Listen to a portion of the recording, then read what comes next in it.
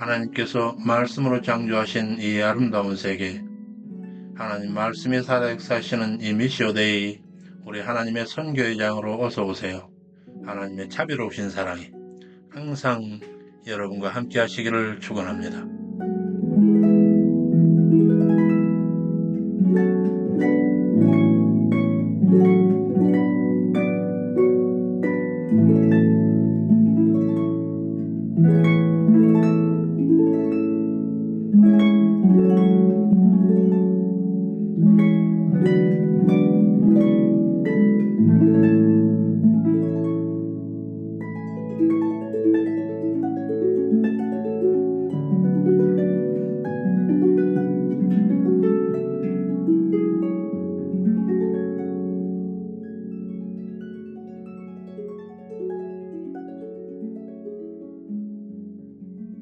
카페 복 있는 자입니다. 왼편 카테고리에서 제4편 통일왕국 신앙 제1장 다윗 왕국, 그 중에 제1절 다윗 왕국의 신앙. 오늘 자료는 181번 자료, 통일왕국 이스라엘의 신앙. 이는 장세기로부터는 총 91번째 강의가 되겠습니다. 제 계절에서는 구약 중건 295에서 309쪽, 성경 본문 사무엘하 7장 1절에서 10장 19절까지의 내용입니다. 지난 시간에는 여호와의 뜻에 합당한 제사장 나라로서 명실을 상부한 통일왕국 이스라엘이 다윗에 의해 세워져 나가는 장면 가운데 예루살렘 여부스와 전투에서 시온성을 취하게 되고 다윗성으로 개명하여 도읍을 한 후에 블레셋 족속에게 2차례 침공을 받았지만 오히려 강역을 넓히고는 하나님의 법궤를 다윗성으로 봉송하여 모시는 장면까지 살펴보았습니다. 오늘은 맨 먼저 다윗이 여호와의 성전을 건립하고자 하는 거룩한 소망을 품었더니 소위 다윗의 언약이라고 불리는 여호와의 응답을 받았고, 이스라엘 동서남북 걸린 족속들에 대한 정복 전투와 그 후 전후의 민심 수습으로 농공 행상을 행하고 요나단의 아들에게 보인 다윗의 신실한 모습, 그리고 여호와의 종 다윗이 이스라엘 역사의 커다란 시험대가 되고 많은 암몬 한음과의 전쟁이 시작되는 장면까지 살피게 되겠습니다. 본문으로 와서 성전 건립에 대한 다윗의 소망과 하나님의 응답에 대한 기사입니다. 먼저 다윗의 성전 건립 소망, 사무엘하 7장 1에서 3절. 여호와께서 왕으로 궁에 평안히 거하게 하신 때에 왕이 나단에게 이르되 나는 백향목 궁에 거하거늘 하나님에게는 휘장 가운데 있도다. 나단이 고하되 여호와께서 왕과 함께 하시니 마음이 기뻐하시는 대로 하소서 하였더니, 여기서 백향목 궁에 거하는 다윗이 자기 거치하는 거처에 비해 너무나 초라한 휘장 가운데 하나님의 모셔둔 자신의 모습을 크게 자책하고 죄수로하는 종의 거룩한 염치에 대하여 옥스퍼드 해설을 보겠습니다. 각주 125에서 126번. 본절은 하나님의 전을 건축할 생각이 사로잡혀 있었던 다윗이 이를 선지자 나단과 상의하는 내용입니다.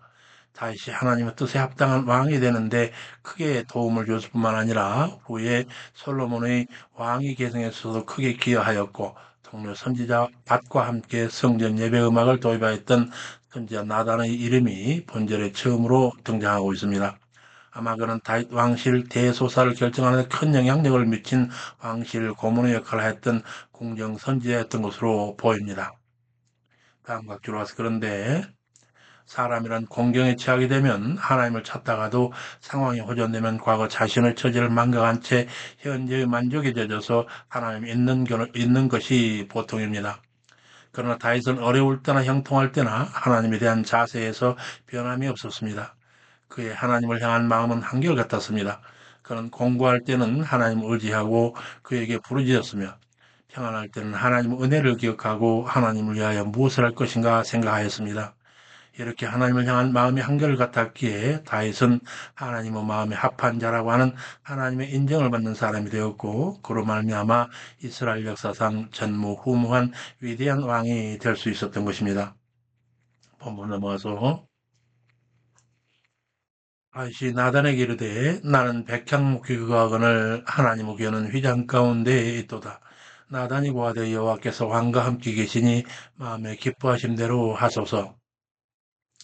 선지자 나단 편으로 다윗의 언약을 응답받게 되는데 사무엘하 7장 4에서 17절 그 밤에 여호와께서 나단에게 일러 다윗에게 말하기를 나의 거할 집을 건축하겠느냐 내가 이스라엘 자손을 애굽에서 인도하인 날부터 오늘까지 집에 거하지 아니하고 장막에 거하며 행하였나니 무릇 이스라엘 자손과 더불어 행하는 곳에서 다윗이 여호와 성전에 대한 거룩한 소망을 품은 계약함에 대해서 여호와께서 응답하시는 이 언약을 우리는 일반적으로 다윗의 언약이라 명명하고 있습니다.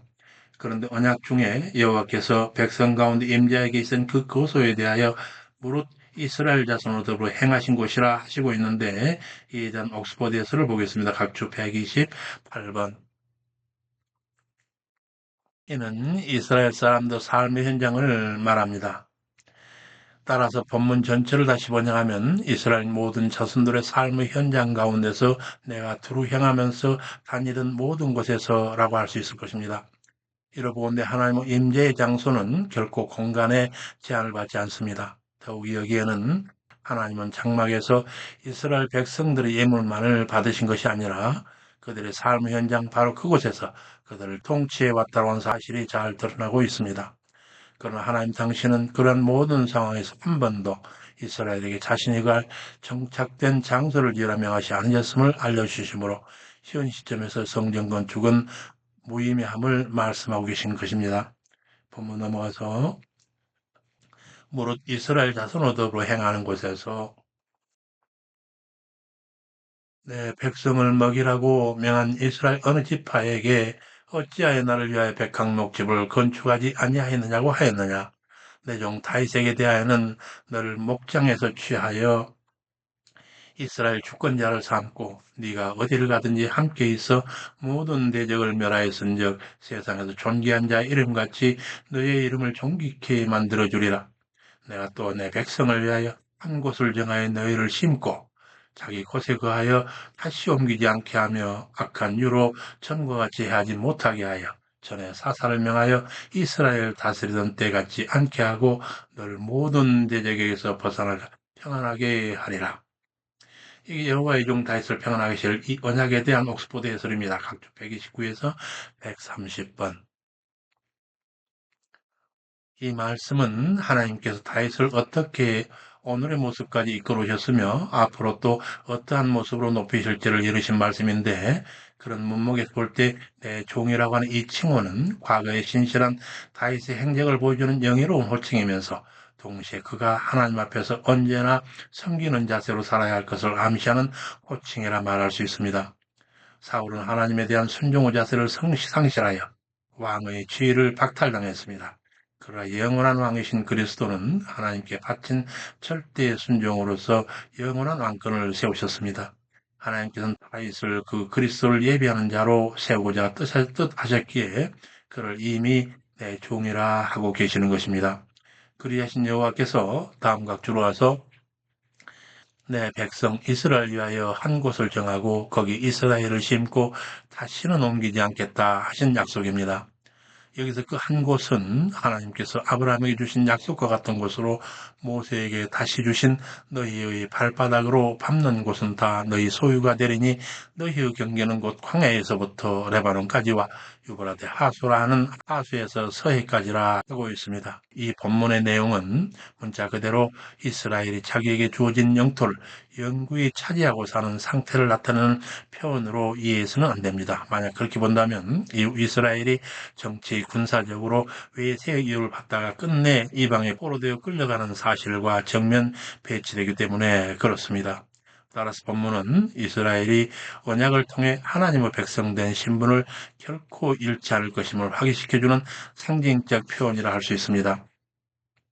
본문 넘어가서 너를 모든 대적에게서 벗어나 평안케 하리라. 여호와가 너를 위하여 집을 이루고 너의 수완이 차서 너의 조상과 함께 잘 때 너의 몸에서 날 자식을 너의 뒤에 세워 그 나라를 견고케 하리라.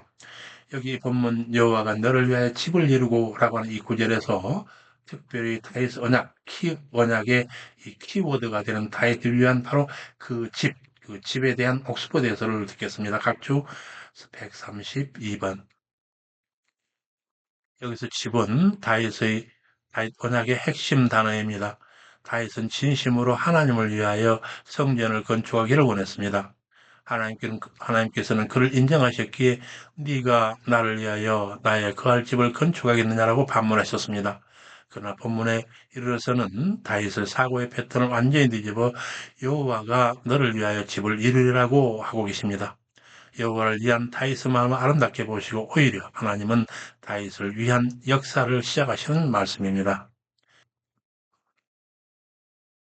그는 내 이름을 위하여 집을 건축할 것이요 나는 그 나라 위를 영원히 견고케 하리라. 나는 그 아비가 되고 그는 내 아들이 되리니.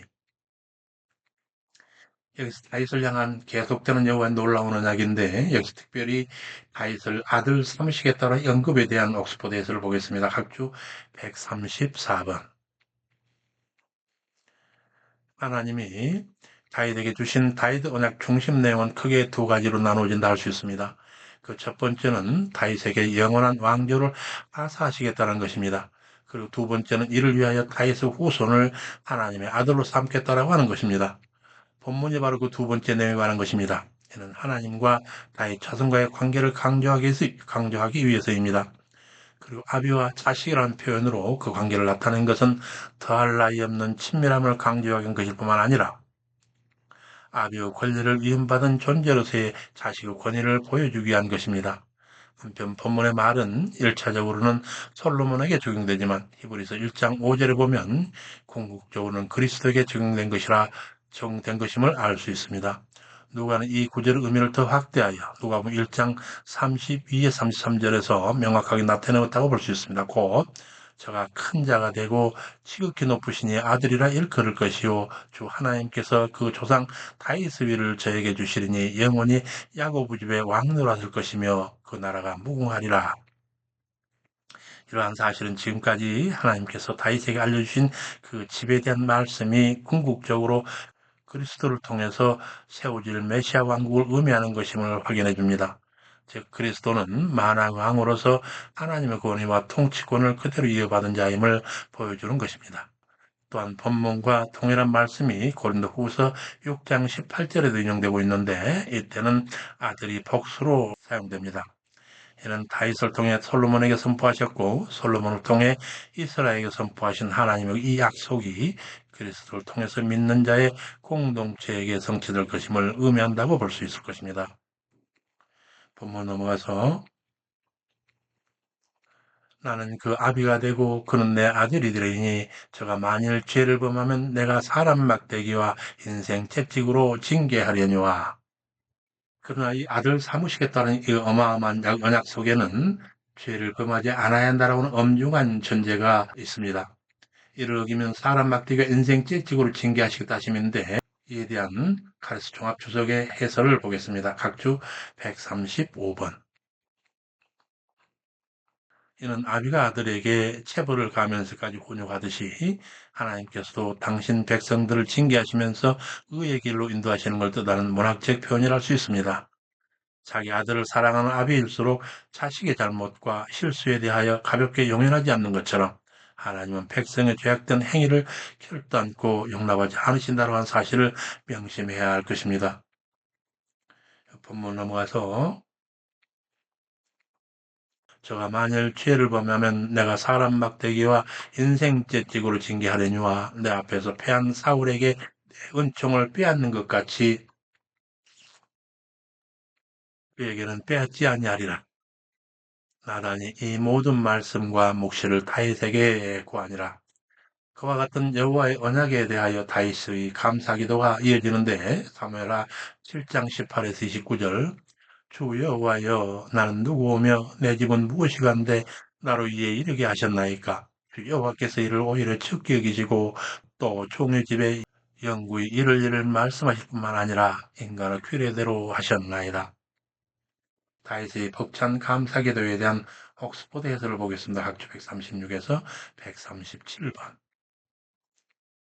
그래서 이러한 자각은 철저한 현실인식과 미래의학 속에 대한 깊은 신뢰를 바탕으로 하고 있습니다. 그래서 철저한 현실인식은 그의 일개라고 하는 히브리어 아드 할롬에 나타나 있는데 곧 여기에까지라고 하는 의미로 다윗은 비록 왕이 되었지만 자신의 현재 모습을 과거부터 이어온 하나님과의 관계를 통하여 성립하고 있습니다. 다윗이 현재 자기 위치에서 바라보는 중심 주제는 다윗 자신의 모습과 자기 집의 모습입니다. 그 중에서 집은 본달라 끝까지 이어지는 다윗 기도의 중심의 주제인데 본문에서 다윗이 지칭하고 있는 그 집이란 앞으로 하나님께서 세우실 집과 현저한 대조를 보이는 자기의 과거 배경을 암시합니다. 이렇듯 다윗이 자신의 과거와 현재에 대하여 철저하게 자각할 수 있던 것은 하나님께서 나단 선지자를 통해 보여주신 미래의 이상에 대한 분명한 깨달음의 결과로 말미암은 것이었습니다. 이처럼 다윗은 여호와께서 자기를 현재의 위치까지 이끌어 오신 것이 결코 자기 한 세대만을 위한 것이 아니라 미래 세대를 위한 예비 자기였음을 알게 되었던 것입니다. 그러하기에 더욱 자신의 모습과 자기가 자라온 배경이 비천하고 보잘것없다는 사실을 서리법을 사용하여 고백하면서 자신에게 부어진 하나님 은혜에 대한 벅찬 감격을 나타내고 있는 것입니다. 다음 각주로 가서 이에 이어 다윗 자신을 영화롭게 하신 은혜를 넘어서는 하나님의 더 큰 은혜의 두 번째 부분인데 그러나 이 부분에 대한 한글 개혁 성경 번역은 번역이라기보다는 해석이라 말할 수 있습니다. 하지만 이러한 번역은 다윗 자신에게 특별한 은혜를 주었다기보다는 일반 사람에게 베푸신 하나님의 은혜를 자신도 받았다는 의미가 되기 때문에 오해의 소지가 있습니다. 따라서 어느 성경 의미에 더 가깝게 본문을 의역하면 그리고 이것은 사람에게 주신 주의 선포된 결정이니다라고 할 수 있는데 이러한 말 속에는 다윗에게 주신 하나님의 선포가 믿음의 조상 아브라함의 언약을 이어가는 것이라는 사실이 암시되어 있습니다. 왜냐하면 하나님께서는 아브라함의 언약을 통하여 미래의 세대들의 삶까지를 다 다루셨기 때문입니다. 따라서 다윗이 나단 선지자를 통해서 선포된 말씀을 사람에게 주신 주의 선포된 결정이라 말하고 있는 것은 곧 자기와 세운 언약도 미래 세대들의 삶을 위해 선포된 하나님의 의지라고 하는 것을 나타내기 위해서입니다. 다윗은 만민에게 축복의 통로가 되는 믿음의 조상 아브라함과 맺은 언약이 자신과 맺은 언약에 맞닿아있다고 하는 사실에 대하여 이를 하나님의 큰 은혜로 여기며 감사하고 있는 모습인 것입니다. 본문 넘어가서 또 종우집에 영구히 이를 일을 말씀하실 뿐만 아니라 인간의 규례대로 하셨나이다. 주 여호와는 총을 아시오니 다윗이 다시 주께 무슨 말씀을 하오리까? 주의 말씀을 인하여 주 뜻대로 그 모든 큰 일을 행하사 주의 종에게 알게 하셨나이다. 그걸 계속해서 이스라엘 베푸신 은혜에 대한 감사가 이어집니다. 사무엘하 7장 22에서 24절 그러므로 주는 광대하시니 우리 귀로 들은 대로는 주와 같은 이가 없고 주 외에는 참신이 없음이니이다. 이에 대한 옥스포드 해설을 보겠습니다. 각주 139번. 다시 여기서 눈으로 본 이야기를 하지 아니하고 들은 얘기를 언급하고 있는 것은 모든 일어나는 큰 일들은 소문으로 퍼져나가기 때문에 그렇습니다. 여호와 하나님의 큰 일이 소문을 통해 이방인들에게 퍼져나가는 것은 라하브 예를 통해서도 볼 수 있었습니다.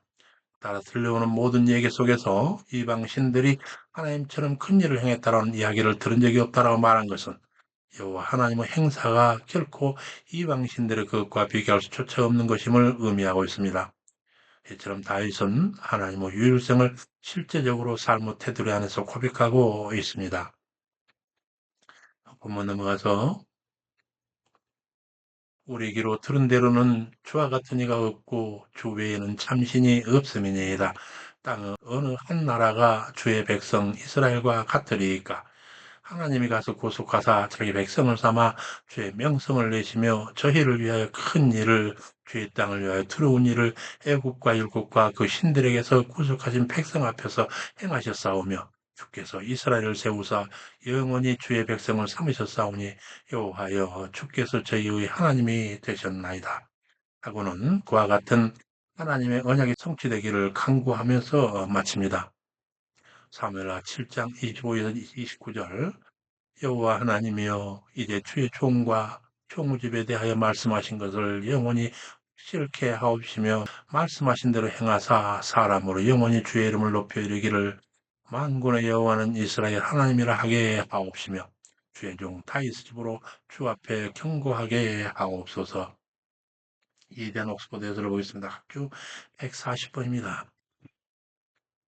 주의 말씀하신 대로 행하옵소서 하는 부분을 다시 번역하면 당신께서 약속하신 그 약속을 당신께서 약속하신 대로 하는 뜻입니다.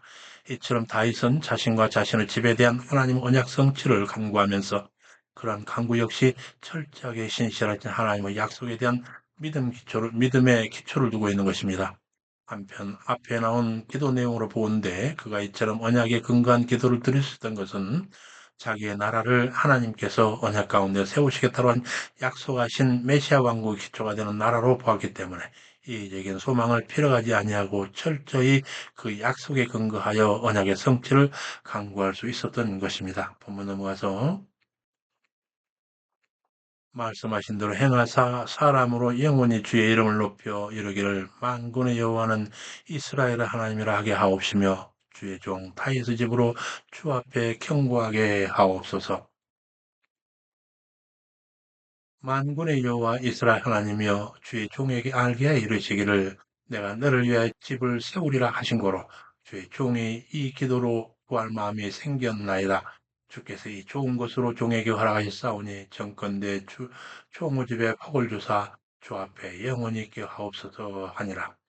여기 드러나고 있는 다윗의 기도한 이 심정에 대해서 옥스퍼드 해설을 보겠습니다. 학주 141번.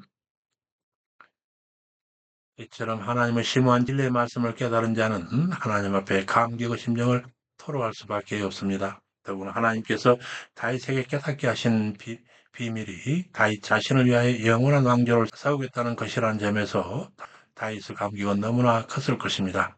즉 다윗은 자신이 하나님 위하여 집을 세우려는 계획을 가지고 있었는데 오히려 하나님께서는 이와 같이 아름다운 마음을 가진 다윗을 위하여 먼저 집을 세워주실 걸 약속하셨던 것입니다.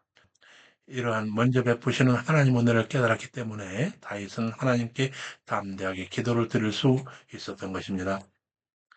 예, 본문 돌아가서 이어서 다윗의 위치가 기록되고 있는데 주변 근린의 영토 정복 기사입니다. 근린 사방 전투의 연성 기사로서 먼저 서부 전선에서 대블레셋 전투에 관한 기사입니다. 사무엘하 8장 1절 이후에 다윗이 블레셋 사람을 쳐서 항복을 받고 블레셋 사람 손에서 메덱 암마를 빼앗으니라. 여기 이 메덱 암마라고 하는 이 지명이 지니고 있는 함축된 의미에 대해서 옥스퍼드 해설을 보겠습니다. 학주 142번. 먼저 메덱 암마 히브리 메덱 암마는 말굴레 제어라고 하는 제어로 이 히브리 메테그와 정관사 하의 의미 M의 번역인 암마의 합성어로 이를 다시 번역하면 블레셋 사람의 손에서 그 어미를 제어하다 는 뜻이 빼앗다 또는 빼앗다라는 뜻입니다. 여기서 그 어미는 곧 블레셋 사람의 수도인 가드를 의미한다고 볼 수 있습니다. 따라서 본문의 병행구절인 역대상 18장 1절에서는 다윗이 블레셋 사람 손에서 가드와 그 동네를 빼앗고라 하고 있습니다. 쭉 아래 내려가서 다윗이 블레셋 수도인 가드 및 가드 영향권 아래에 있는 네 성읍 곧 아나돗, 아스글론, 에글론, 가사 등을 빼앗아 블레셋 땅에 대한 통제권을 완전히 확보한 것에 대한 문학적 표현을 할 수 있습니다. 블레셋에 대한 이 승리의 의미는 매우 큽니다. 이스라엘이 출애굽하여 가나안에 입성한 이래 그들을 가장 괴롭혔던 대적은 바로 블레셋이었습니다. 블레셋은 우수한 철제 무기로 무장하고 끊임없이 이스라엘을 위협했습니다. 단지파가 원래의 영토를 버리고 북쪽으로 이주한 까닭도 이와 같이 강력한 전력을 갖춘 블레셋의 위협 때문이었습니다. 실로 사사, 삼갈, 입다, 삼손 등을 통한 하나님의 보호하심이 없었더라면 이스라엘은 블레셋에 의해서 벌써 멸망하고 말았을 것입니다. 그런데 이와 같이 이스라엘을 끊임없이 공격하여 급기야 길보아산 전투에서 사울과 그의 아들들을 전사시키기까지 한 블레셋이 드디어 다윗에 의하여 이스라엘에 종속된 위치로 전락하게 된 것입니다. 서부전선에 이어서 동부전선에서 있었던 대모압 전투 기사입니다. 사무엘하 8장 2절. 또 모압을 쳐서 저희로 땅에 엎드리게 하고 줄을 지어 그 두 줄 길이에 사람은 죽이고 한 줄 길이에 사람은 살리니 모압 사람이 타이스 종이 되어 초공을 바치니라. 이에 대한 옥스포드에서를 보겠습니다. 143번. 여기 사람의 생사를 가를 한 줄 또는 두 줄의 그 기준이 되고 기준이 명시되고 있는데 이는 키를 재어 한 줄 길이의 사람은 살리고 두 줄 길이의 사람은 죽였다라고 하는 의미가 아니라 누운 사람의 열에서 3분의 2의 사람은 죽이고 3분의 1은 1의 사람은 살려줬다는 의미입니다. 아마 이때 죽은 사람들은 끝까지 항복을 하지 않고 저항했던 무리들로 추정되며 본문은 그들이 전체 포로의 3분의 2에 해당됨을 나타낸다 볼 수 있습니다. 그런데 모압 민족은 아브라함의 조카 롯의 후예들로서 이스라엘과는 혈통적 유대를 지녔으므로 과거 출애굽 없이 여호와께서 그들을 치지 말라 명하신 바 있습니다. 뿐만 아니라 모압은 다윗의 정조 할머니였던 룻과 관계가 되어 있으며 사울에게 쫓길 때 그의 부모를 머물러 있도록 도와주었던 민족인 점을 생각할 때 모압인을 이와 같은 방법으로 죽인 것은 매우 잔인한 처사였다라고 생각할 수도 있습니다. 그러나 그와 같이 죽인 이유에 대하여 유대의 전승은 당시 모압 왕은 이전에 다윗을 우호적으로 대하였던 모압 왕과 다른 인물로서 다윗을 배신하고 다윗의 부모를 살해하였고 또한 다수 사람들이 다윗에 대하여 극렬하게 저항하였기 때문이라 합니다. 이것이 사실이라면 다윗은 모압에서의 그러한 일련의 사건은 발람의 예언에 대한 성취로 인식했다 볼 수 있습니다. 이르되 내가 그를 보아도 이때의 일이 아니며 내가 그를 바라보아도 가까운 일이 아니로다. 한 별이 야곱에게서 나오며 또 한 홀이 이스라엘에서 일어나서 모압을 이편에서 저편까지 쳐서 파하고 또 소동하는 자식들을 다 멸하리로다. 민수기 24장 17절 말씀이었습니다. 본문 넘어가서 이어서 이번은 북부전선에서 대소바 아람 연맹의 전투에 관한 기사입니다. 사무엘하 8장 3에서 12절. 소바 왕 하닷 에셀이 권세를 회복하려고 유브라데 강으로 갈 때 다윗이 저를 쳐서 마병 1700 보병 2만을 사로잡고 병거 백성의 말만 남기고 그 외 병거의 말은 그 바로 힘줄을 끊었더니 다메섹 사람들이 하닷 에셀을 도우러 온지라. 이에 대한 옥스포드 해설을 보겠습니다. 각주 144에서 145번. 여기서 소바는 시리아 곧 아람의 여러 소국 중의 하나였으며 다메섹과 하마 사이의 안티레바논 산맥의 동쪽에 위치해 있었습니다. 이날은 일찍이 사울이 싸워 승리했던 나라로서 이스라엘 속국이었지만 하닷 에셀이 등장하면서 다윗에게 판결을 든 뜻합니다. 이 하닷 에셀은 아수르 연대에게도 등장하는데 자기의 권세 회복을 위해 향한 곳은 유브라데 강이었는데 이 지역은 과거 하나님께서 아브라함과 강야 이스라엘 백성들에게 주시겠다라고 하신 약속의 땅의 북쪽 경계선입니다. 이를 잘 알고 있던 다윗은 하다데셀의 그런 움직임을 좌시할 수 없었으며 이를 기회로 삼아 유브라데 강 지역을 차지하고자 했다 할 수 있습니다. 다음과 들어와서 그들을 칠 때에 전투용 말의 힘줄을 끌어서 무력화시킨 것은 그 당시 전쟁에서 일반적으로 행해지던 관습이었습니다. 가나안 정복전쟁 당시 여호수아도 하나님의 명령에 따라 적군의 말의 뒷발 힘줄을 끊고 불로 그 병거를 살랐더라는 기사가 여호수아서 11장 6에서 9절 내용입니다. 본문 넘어와서 다메섹 사람들이 하다데셀을 도우러 온지라 다윗이 아람 2만 2천을 죽이고 그곳에 수비대를 두매 아람 사람이 종이 되어 조공을 바치니라. 다윗이 하다데셀 신복들이 가진 금방패를 빼앗아 예루살렘으로 가져오고 하다데셀의 베다와 베로데에서 많은 노술을 빼앗으니라. 이에 하다랑 도이가 이 이야기를 듣고 그 아들 요람을 보내어 하이당에 문안하니 이에 대한 옥스포드 해설을 보겠습니다. 주 146번. 아람족 속에는 하마당 도이가 스스로 다윗에게 조공을 바쳤음을 기록하고 있는데 하맛은 다메섹 북쪽 200km 지점 오론데스 강변의 큰 도시이며 소아시아와 남방 사이 무역로상에 위치한 요충지로서 많은 전란에 시달려야 했던 요충지입니다. 하맛 왕이 다윗 이야기를 듣고 신속히 조공을 바친 것은 1차적으로 코앞까지 닥친 위협 때문이었고 또 다음 절에 드러나는 바 자신들과 전쟁 중에 있던 하닷 에셀을 다시 쳐서 파해준 데 대한 감사의 표시로 종을 바친 것으로도 볼 수 있습니다. 한번 넘어가서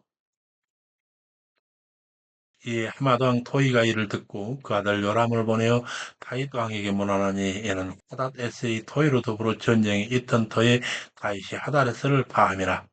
요람이 은그릇과 금그릇과 놋그릇을 가져왔기로 다윗 왕이 그것을 여호와께 드리되 저가 정복한 모든 나라에서 얻은 금은 곧 아람과 모압과 암몬과 블레셋과 아말렉과 소바왕 하다레스에게서 노래간 것과 같이 드리니라.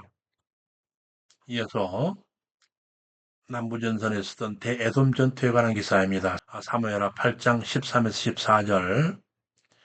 다윗이 영국에서 에돔 18,000을 죽이고 명예를 얻으니라.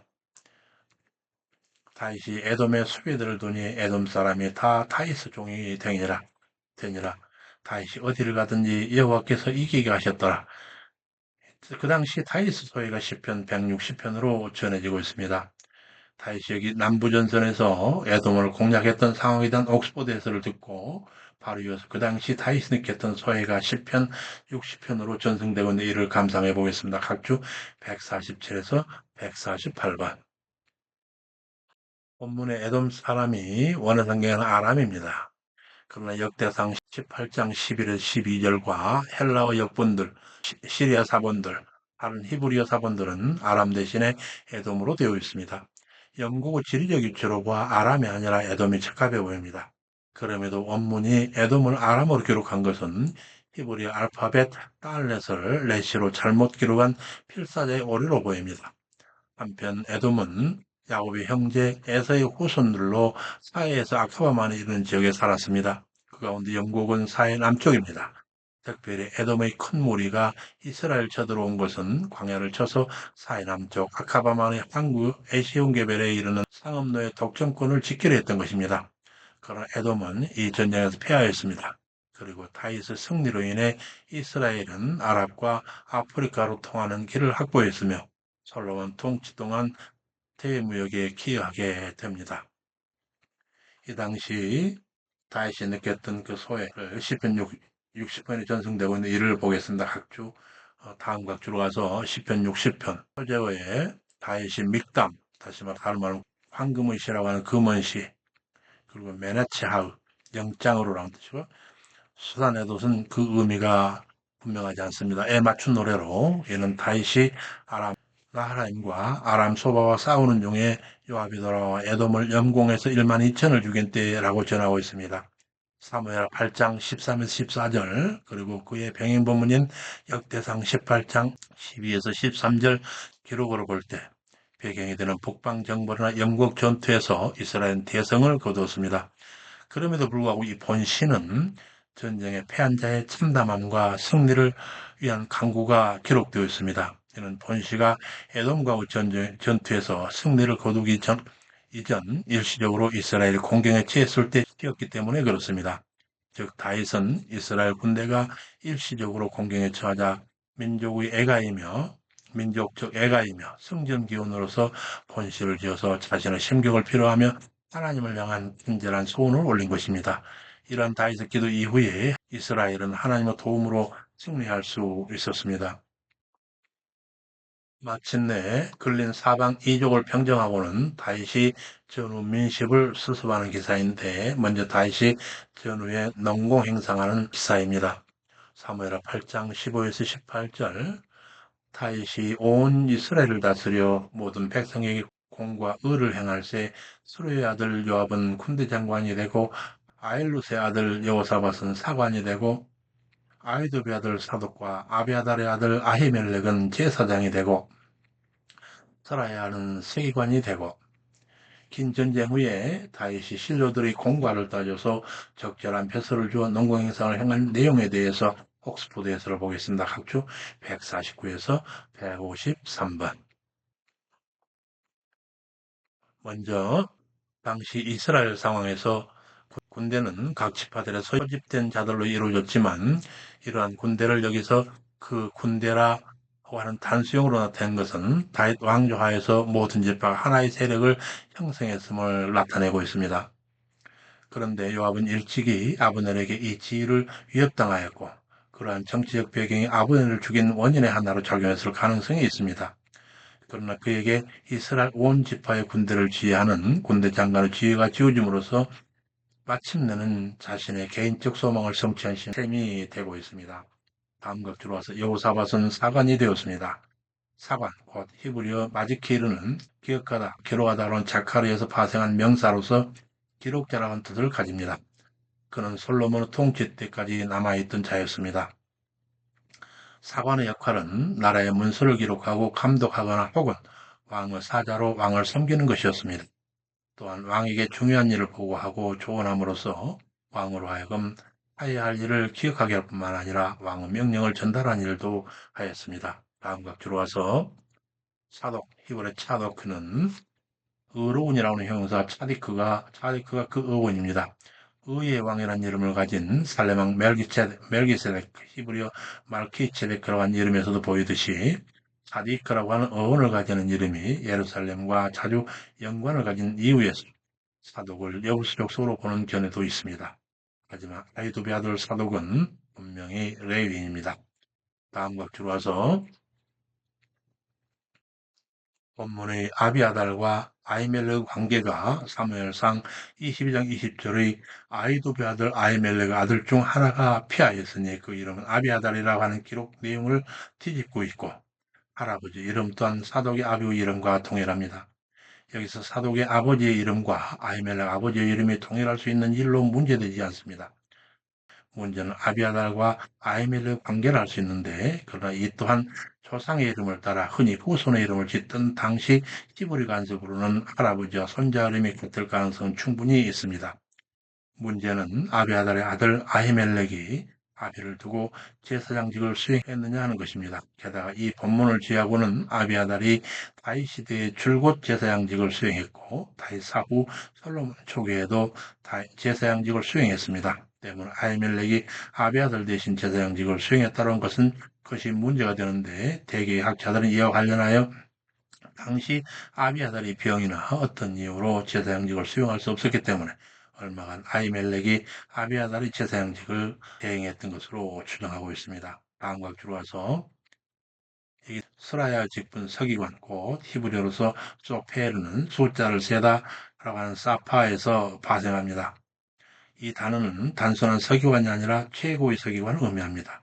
즉 그는 두 명의 내무 대신 중에 한 사람이든지 아니면 왕을 모시는 가장 높은 지위의 내정 신하일 수 있습니다. 그러나 행정을 총괄하는 국내 대신일 수도 있습니다. 한번 넘어가서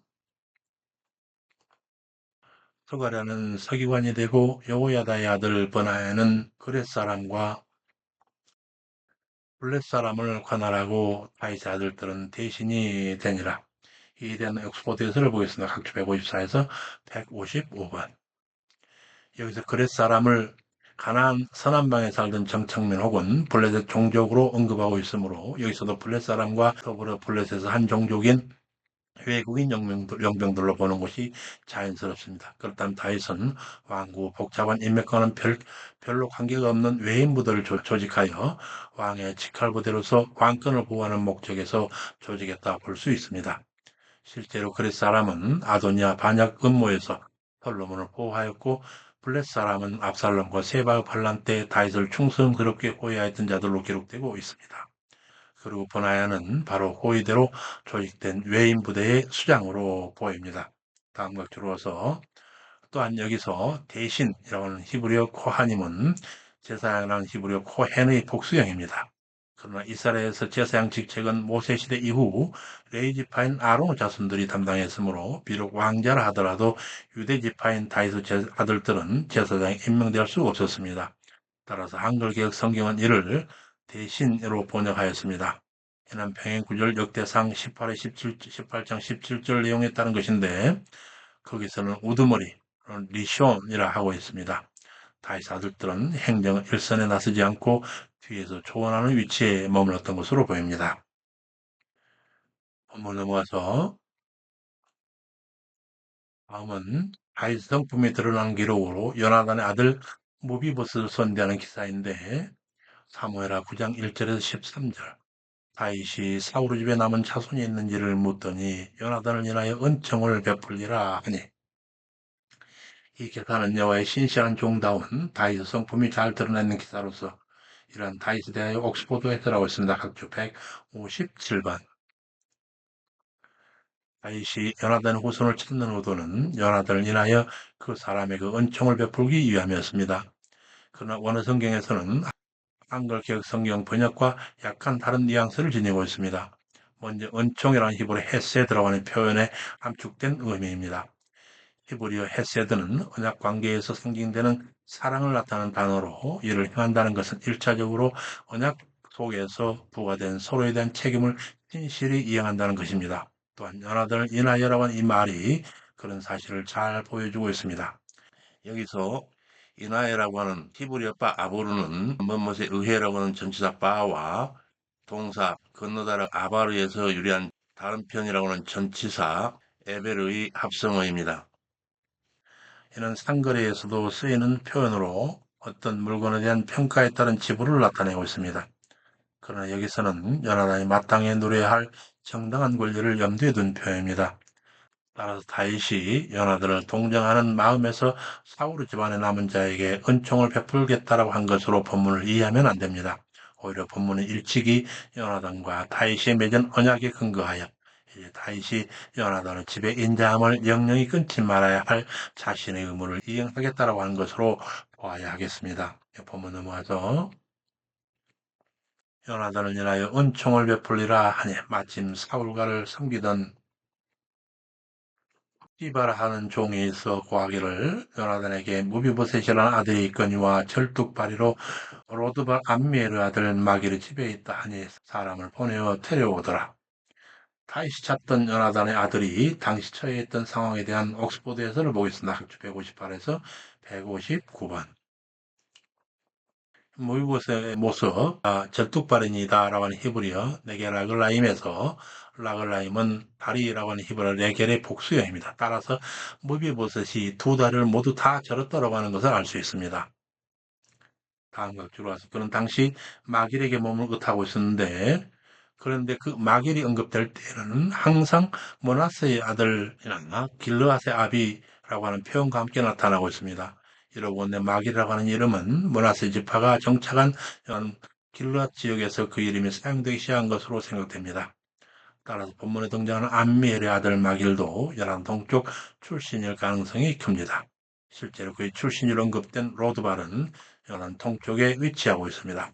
본문은 그가 무비보셋에게 거처를 주고 보호함으로써 호의를 베풀었음을 시사하고 있는데, 그는 후에 다윗이 압살롬에 쫓겨 도망할 때도 그에게 도움을 주게 됩니다. 몰락한 사울과 후에에게 호의를 베풀고 공경에 처한 다윗을 도와준 것으로 보아 그는 이해관계를 떠나서 선행을 베푸는 의로운 사람임을 잘 알 수가 있습니다. 본문 넘어가서 로드발 암미엘 아들 마기르 집에 있다 하니 사람을 보내어 데려오더라. 다윗이 무비보셋에게 가로되 무서워 말라. 내가 너의 아비 요나단을 인하여 은총을 베풀리라. 너희 주부 사울이 밭을 다 도로 주려니와 항상 내 상에서 먹을지니라. 저와 철하여 가로되 이 종이 무엇이간데 왕께서 죽은 개 같은 나를 돌아보시나이까 하더라. 다윗 앞에 데려간 요나단의 아들 무비보셋과 다윗의 대하이단 옥스포드에서를 보겠습니다. 각주 160에서 161번. 다윗의 이러한 표현은 단순히 옆에 앉혀 음식을 먹겠다는 것이 아닙니다. 무비보셋을 다윗 자기 가족의 일원처럼 친근히 대하겠다는 의미까지 내포되어 있습니다. 즉 다윗은 자기에게 안 되는 무비보셋을 지목하여 그의 명예를 회복해줌과 동시에 더 넓게는 나라의 일에 직접 참여할 수 있는 자격을 부여한 것이라 할 수도 있습니다. 이렇듯 국정에 참여한 것으로 보는 것이 가능한 이유는 당시 왕의 식탁은 중요한 정치 현안들이 긴밀하게 논의되던 장소였기 때문에 그렇습니다. 다음 각주로 와서 무비보셋은 큰 장애를 가진 자신의 상태를 죽은 개로 표현하여 다윗 앞에서 자신의 신체적 열등감을 극대화시키고 있습니다. 또한 죽은 개라고 하는 이 표현은 고대 근동에서 자기보다 월등한 자 앞에서 자신의 무가치함을 드러내는 겸양의 표현으로 흔히 쓰였습니다. 과거 다윗도 사울을 피하여 도망 다닐 때 다시 쫓아온 다윗 사울에게 자신을 죽은 개라 표현하여 극도로 낮춘 적이 있었습니다. 그러나 이제 상황이 역전되어서 사울 손자 무비보셋이 다윗 앞에 나와서 동일한 말로서 자신을 극도로 낮추어 표현하고 있는 장면입니다. 본문 넘어가서 저가 철하에 가로되 이 종이 무엇이간데 왕께서 죽은 개 같은 나를 돌아보시나이까 하더라. 다윗은 시바 가족을 무비보셋에게 종으로 주고 왕자 중 하나처럼 왕의 상에서 먹게 하며 예루살렘에 가였는데 그에게는 아들 하나가 있어 미가라 하더라. 이 미가라고 하는 이 아들에 대해서 옥스포드에서 보겠습니다. 모비보스 아들 미가가 언급된 것은 사울의 집안이 모비보스로 끝나지 아니하고 그의 아들로 계속하여 가계가 이어질 것임을 시사하고 있습니다. 곧 요나단과의 언약 안에서 다윗이 베푼 은혜가 모비보스에 그치지 아니하고 그의 아들을 통해서 지속적으로 이어질 것을 보여주는 것입니다. 사실 후대 기록인 역대상 8장 35에서 40절 그리고 9장 41에서 44절을 보면 무보스 아들 미가의 자손들은 매우 왕성하게 번성해 나가는 것이 확인되고 있습니다. 그러던 중에 다윗의 호위에 대해서 암몬왕 한운의 망발 기사가 이어지는데 다윗의 조문단에 대하여 암몬왕 한운이 망동하는 장면입니다. 사무엘하 10장 1에서 5절 그 후에 암몬 자손의 왕 나하스가 죽고 아들 한운이 왕이 되니 다윗이 가로되 내가 한운에게 은총을 베풀 때 그 아비가 내게 은총을 베푼 것 같이 하리라 하고 신복들을 명하여 그 아비의 죽음을 조상하니라. 이 대해서를 보겠습니다. 각주 163번. 하리스 종합주석에 따르면 나하스가 다윗에게 언제 어떠한 은총을 베풀었는지 성경에 나와 있지 않습니다. 따라서 이에 대해서는 학자마다 다음과 같이 각기 다르게 추측하고 있습니다. 첫째, 아마도 나하스가 다윗의 즉위식의 특사를 보내어 축하해 주었을 것이라고 하는 추측입니다. 두 번째로 다윗이 사울을 패해 도망다닐 때 나하스가 그에게 도움을 주었을 것이라고 하는 추측입니다. 즉 사울에게 패배한 나하스가 사울에게 쫓기고 있는 다윗을 동정하여 그를 도와줬으라고 하는 추측인 것이죠. 세 번째, 나하스가 다윗에게 베풀어 주었다고 하는 그 은총, 헤세드는 언약적인 호의를 의미하고 있습니다. 그러므로 본 구절은 쌍방간의 불가침 조약과 같은 모종의 계약을 체결한 것을 가리킬 것이라고 하는 추측입니다. 그러나 우리는 이 세 이상의 세 개념 중 어느 것이 보다 사실에 가까운지 가늠하기 어렵습니다. 왜냐하면 이에 대한 성경 확실한 증거가 없기 때문이었습니다. 따라서 우리는 본 구절의 사실 여부보다는 남에게 받은 은혜를 잊지 않고 갚고자 한 다윗의 의리 있는 인격에 주목을 해야겠습니다. 본문 넘어가서 그리하여 신복들이 암몬 땅의 이름에 거기 방백들이 한온에게 고하되 다윗이 조객을 보낸 것은 왕의 부친을 공경함이 아니라 이 성을 탐지하여 함락시키고자 함이 아니니까. 한온이 다윗의 신복들을 잡아 그 수염 절반을 깎고 그 복의 중동 볼기까지 잘라 돌려보내매 거기 이를 다윗에게 고하니라. 이 황당한 예에 대한 옥스포드에서를 보겠습니다. 164번. 암몬의 방백들이 그릇된 조언에 따라서 한운이 조문사절들에게 심한 모욕을 가하고 추방하는 내용입니다. 먼저 한운은 다윗의 조문사절들의 수염 절반을 깎았습니다. 수염을 깎는 것은 애도 표시로서 고대 건농의 전통적인 관습 가운데 하나였습니다. 그러나 당시 보기 좋게 다듬은 명예와 권위를 상징했던 수염을 강제로 그것도 절반만 흉하게 깎은 것은 최고의 모욕적 행위가 아닐 수 없었습니다. 뿐만 아니라 한우는 그들의 의복을 중동볼기까지 잘랐습니다. 이는 속옷을 입지 않은 유대인들의 엉덩이를 강제로 드러내어 수치를 안겨준 것으로서 이는 전쟁 포로에게나 가는 모욕이었습니다. 더구나 사절에게 그리한 것은 일종의 순정포와 같았던 것입니다. 본문 넘어가서 그 수염의 절반을 깎고 그 의복의 중동 볼기까지 잘라서 돌려보내매 혹이 이를 다윗에게 고하니라. 사람들이 크게 부끄러워함으로 왕의 번에 이르기를 수염이 자라기까지 여리고에서 머물다가 돌아오라 하니라. 이 다윗의 조처에 대한 옥스포드 해설입니다. 각주 165번. 다윗은 그 사람들이 당한 수치를 예루살렘 사람들에게 보이지 않을 의도로 그들에게 사람을 보내어 여리고에 머물게 한 것입니다. 특히 여리고에 머물게 한 것은 여리고가 암몬에서 가까운 지역에 위치해 있어서 사절들이 수치스러운 모습으로 길거리를 이동하지 않아도 되었기 때문입니다. 그리고 이스라엘이 출애굽하여 가나안에 입성할 때 하나님의 도움으로 첫 번째 승리했던 여리고에 머물게 함으로써 하나님의 백성을 모독한 암몬에게 하나님의 이름으로 징벌을 가하겠다라고 하는 의지를 암시적으로 나타낸 것으로도 볼 수 있습니다. 본문 넘어가서 그 일로 인하여 대암몬 아람연과의 전투가 벌어지는데 거기서 승리하는 기사입니다. 사무엘하 10장 6에서 14절. 암몬이 다윗에게 미움이 됨을 알고 사람을 아람에 보내어 아람의 펜르홉과 소바 2만과 마가 왕과 병사 1000과 톱 12,000을 고용한지라. 이와 같은 암몬이 용병한 병력들이던 옥스포드 해설을 보겠습니다. 166번. 고대에는 용병을 모집해서 군사를 강화하는 것이 드문 일이 아니었습니다. 이때 암몬 왕 한운이 고용한 군사들은 모두 아람 계열 사람들이었습니다. 먼저 벨홉은 단과 라이스 북쪽에 살던 사람이며 소바는 룹 집안에 의해 통치되는 시리아 남쪽의 왕국이었습니다. 그리고 마아가는 요단 동편 문하시파에 주어진 기업으로 남쪽 길르앗과 북쪽 헤르몬산 사이에 위치하였으며 이스라엘 지파에게 정복되지 않은 곳이었습니다. 암몬 자손은 이러한 마아가의 왕과 그의 직속부와 천을 고용하였습니다.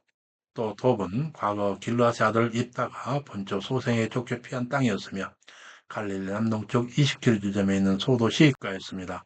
암몬 왕 한운이 용병에게 지불한 삭시은 1000달란트, 곧 약 34,000kg였다고 밝히고 있어서 본절에서 고용된 숫자를 문자적으로 보는 데는 전혀 문제가 될 것이 없어 보입니다. 본문 넘어가서 그들을 대적하여 다윗이 요압과 용사를 보내매 암몬이 그 성문 어귀에 진쳤고 소바, 루홉, 돛, 마가 사람들을 따로 들에 있더라. 요압이 앞뒤 적진을 보고 이스라엘의 뺀 자 중에 뺀 자로 아람에 대하여 진치고 이때에 요압이 펼친 전술이란 옥스포드에서를 보고 넘어가겠습니다. 168번.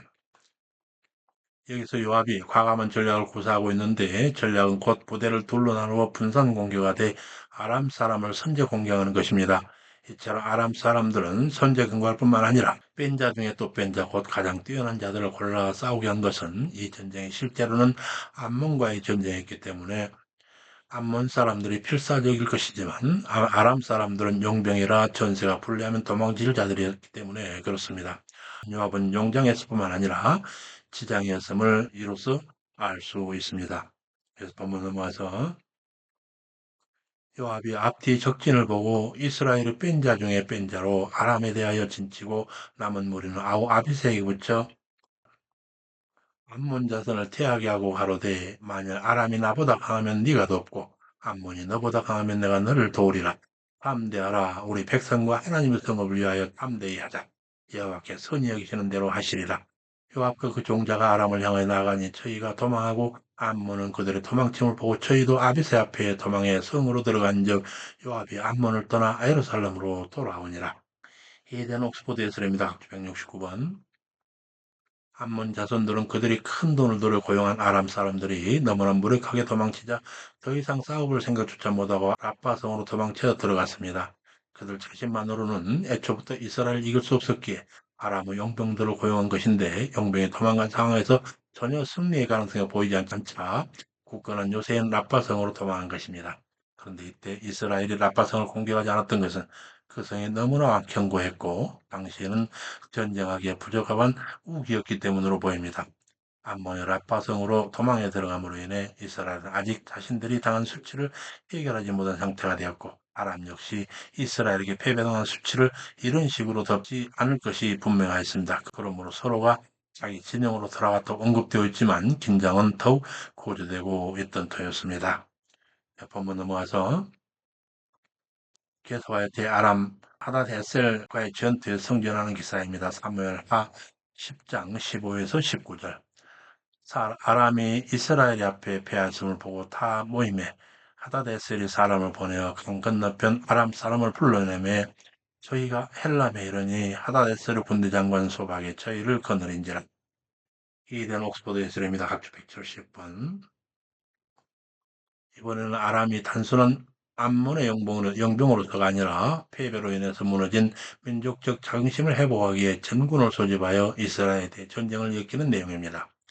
다시 말해 그들은 암몬을 돕는 일부 용병의 수준이 아니라 아람 사람들 전체를 모아 전면전의 태세를 갖춘 것인데 이어지는 다음 절에서 요압이 아닌 다윗이 전장에 참여한 것을 볼 때도 앞선 전쟁과는 다른 전쟁의 규모를 엿볼 수 있습니다.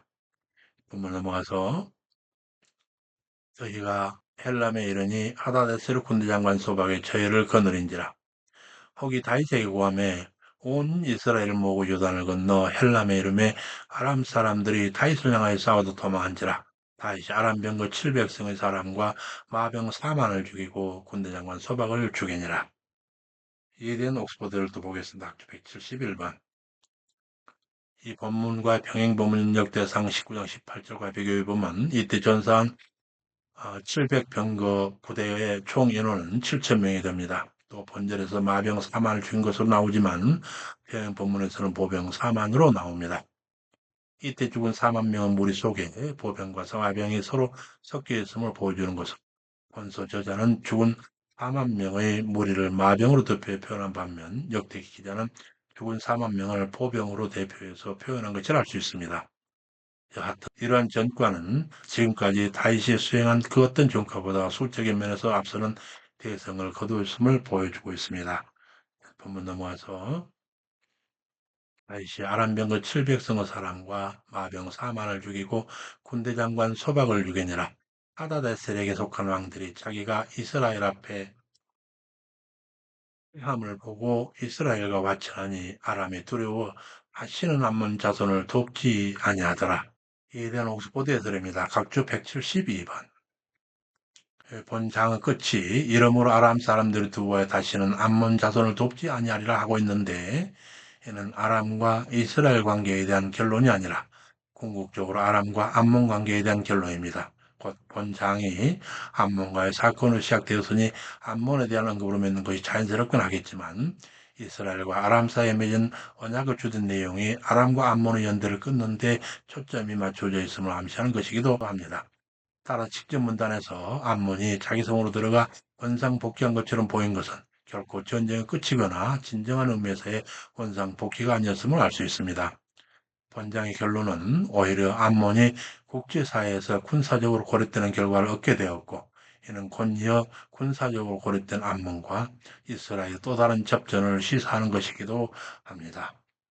여기까지 우리는 맨 먼저 다윗이 여호와의 성전 건립하고자 하는 거룩한 소망을 품었더니 소위 다윗의 언약이라고 불리는 여호와의 응답을 받았고 이스라엘의 동서남북 걸린 족속들에 대한 정복 전투와 그 후 전후 민심 수습으로 농공회장을 행하여 안정을 꾀하고 또한 요나단의 아들에게 보인 다윗의 신실한 모습 그리고 그 이후에 여호와의 종으로서 이스라엘 역사의 커다란 시험자가 되어버리는 암몬 한운과의 전쟁이 시작되는 장면까지를 살폈습니다. 다음 시간에는 다윗 생애는 물론 그 후손으로 이어지는 영원한 왕위를 언약받았던 다윗 왕가의 뼈아픈 걸림돌이 되는 가장 수치스럽고 또한 그 죄과를 반드시 치러야 할 바세바 사건이 바로 그 암몬 한운과의 전쟁 시에 일어나게 되는데 아무리 신실한 하나님 종이라도 매 순간을 여호와 앞에 평생 깨어 있어야 한다라고 하는 여호와 경외신앙의 엄정함을 살피는 귀중한 계기가 될 것입니다. 수고 많으셨습니다. 우리 하나님의 자비로운 사랑에 우리의 주 예수 그리스도의 제자된 여러분과 가정의 구성원 각인각인의 영성 위에 항상 충만하시기를 간절히 축원합니다. 감사합니다. 샬롬.